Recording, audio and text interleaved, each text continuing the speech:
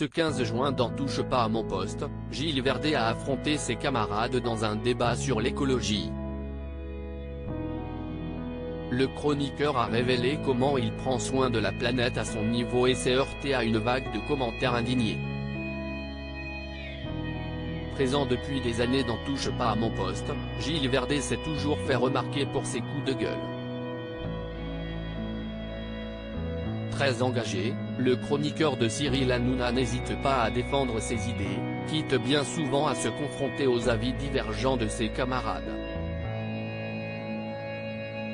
C'est encore ce qui s'est passé le 11 mai dernier, après l'annulation de la diffusion du film Tomboy dans un collège, qui aborde la question du genre chez les enfants. Et c'est avec Benjamin Castaldi que Gilles Verdet s'est heurté ce soir-là. C'est un collège privé catholique, les parents ont fait un choix. Je ne suis pas forcément d'accord avec cette interdiction, mais je comprends que les parents qui ont choisi un collège catholique pour leur enfant soient dérangés, avait nuancé le mari d'Aurore Allemand. Un point de vue qui avait provoqué la colère de Gilles Verdet, qui n'avait pas pu résister à lui lancer un ta gueule d'exaspération.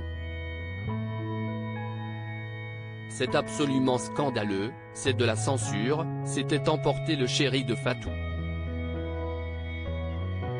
Gilles Verdet ne tire pas la chasse et ce jeudi 15 juin, c'est un autre sujet qui a provoqué un débat houleux sur le plateau de Touche pas à mon poste, la dégradation d'une œuvre de Claude Monet par deux militantes écologistes, dans un musée en Suède. Heureusement, le tableau était protégé par une vitre et n'a donc pas été recouvert de cette peinture rouge.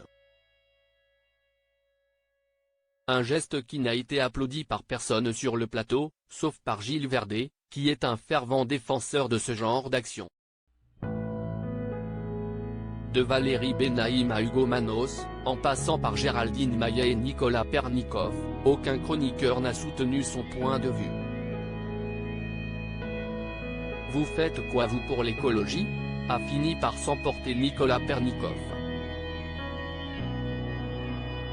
C'est alors que Gilles Verdet a fait une révélation peu ragoûtante sur ses habitudes.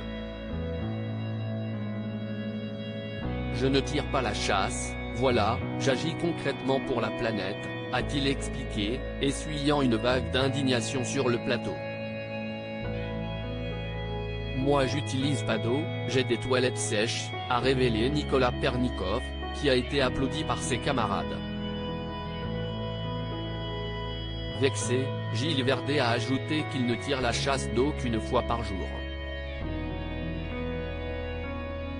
Une habitude dégoûtante pour certains, mais importante pour lui.